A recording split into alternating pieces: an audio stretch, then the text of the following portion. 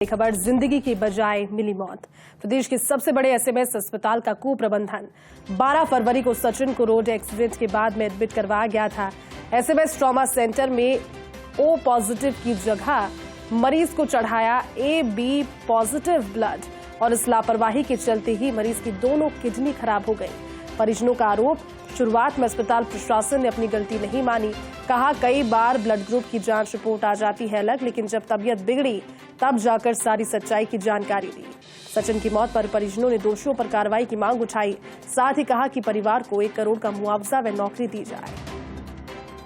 लापरवाही इतनी बड़ी कि एक 20 साल की जिंदगी को लील गई। अपने परिवार का इकलौता बेटा, परिवार की इकलौती आस एसएमएस अस्पताल पहुंचा एक रोड एक्सीडेंट के बाद, लेकिन मौत रोड एक्सीडेंट की वजह से नहीं हुई बल्कि लापरवाही की वजह से हुई।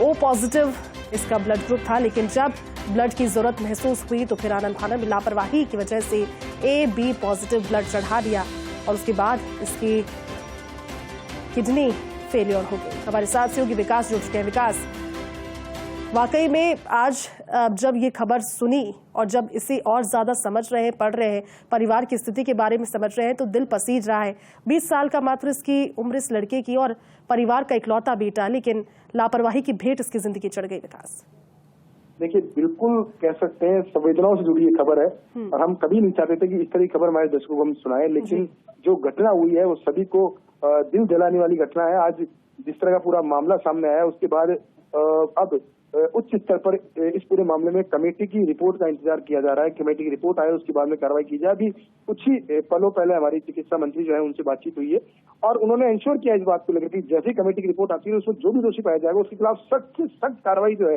करने की विभाग की मंशा है, क्योंकि ये सिर्फ ऐसा नहीं कि एक परिवार का चिराग है वो बुझा है। उनका कहना है कि हर व्यक्ति, समाज का हर व्यक्ति उनके लिए एक कड़ी है, महत्वपूर्ण कड़ी है और इस कड़ी को इस तरह से अस्पताल के अंदर जब कोई इलाज के लिए पहुंचता है वहां पर उसको इलाज के बजाय मौत मिलती है तो ये सभी पूरे सिस्टम के लिए शर्म की बात है। और इसी बात को लेकर के आज चिकित्सा मंत्री ने जबरदस्त नाराजगी भी जाहिर की है। पूरे सिस्टम में बैठे जो उच्च अधिकारी है उनके खिलाफ जबरदस्त नाराजगी जाहिर की है और वो इंतजार करे इस बात को लेकर के कि जल्द से जल्द इसकी रिपोर्ट मिले और रिपोर्ट मिलने के बाद में त्वरित इस पे एक्शन किया जाए, क्योंकि डायरेक्शन दे दिए गए हैं। हाई लेवल पे इस पूरे मामले को बहुत ही गंभीरता से लिया गया है। डायरेक्शन पहले दे दिए गए कि कोई जांच की जाए और जांच करने के साथ ही जो दोषी पाए जाते हैं उनके खिलाफ सख्त से सख्त कार्रवाई जो है वो शुरू की जाए। तो ये पूरी कह सकते हैं कि सरकार की तरफ से पूरी संवेदनशीलता जो है वो दिखाई जा रही है इस पूरे मामले में। लेकिन अभी तक आप देखिए एसएमएस अस्पताल प्रशासन ने अभी तक इस पूरे मामले में अपनी रिपोर्ट नहीं पेश करी है। ऐसा अभी जानकारी दी है, उसमें रिपोर्ट पेश नहीं करी है क्योंकि अस्पताल प्रबंधन के पास ऐसा कोई मैकेनिज्म नहीं है जिससे कि वो अपनी लापरवाही जो अपनी चीजें उसको कागज पर उतार पाए। क्योंकि सबसे बड़ी बात एसएमएस अस्पताल में यही है कि यहाँ पर जो प्रबंधन है उसमें अलग अलग जो लोग बैठे हुए हैं उनके पास किसी के पास भी एक मैकेनिज्म नहीं है इस बात को लेकर कि किसकी जिम्मेदारी तय की जाए।